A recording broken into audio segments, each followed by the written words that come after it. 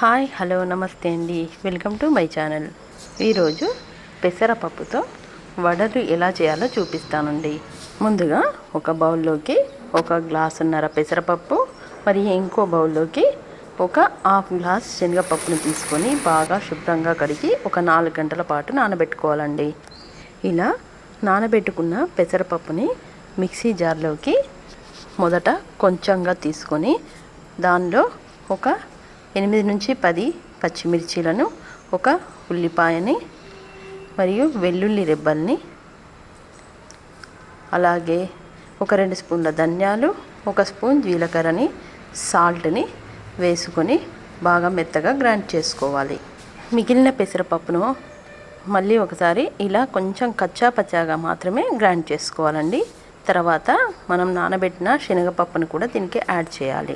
ఆ తర్వాత కొద్దిగా కరివేపాకు, కొత్తిమీర మరియు పుదీనాని సన్నగా తరుక్కొని అందులో యాడ్ చేయాలి. ముందుగా మనం కొద్దిగా సాల్ట్ వేసుకున్నాం కనుక తర్వాత రుచికి సరిపడా మళ్ళీ వేసుకొని ఇలా ఒక క్లాత్పై వడల్లాగా ప్రెస్ చేసుకోవాలి. తర్వాత స్టవ్ పై ఆయిల్ని హీట్ చేసుకొని అది వేడి కాగానే అందులో ఈ వడల్ని ఒక్కొక్కటిగా వేసుకొని కొంచెం బ్రౌన్ కలర్ వచ్చే వరకు వేయించుకోవాలి.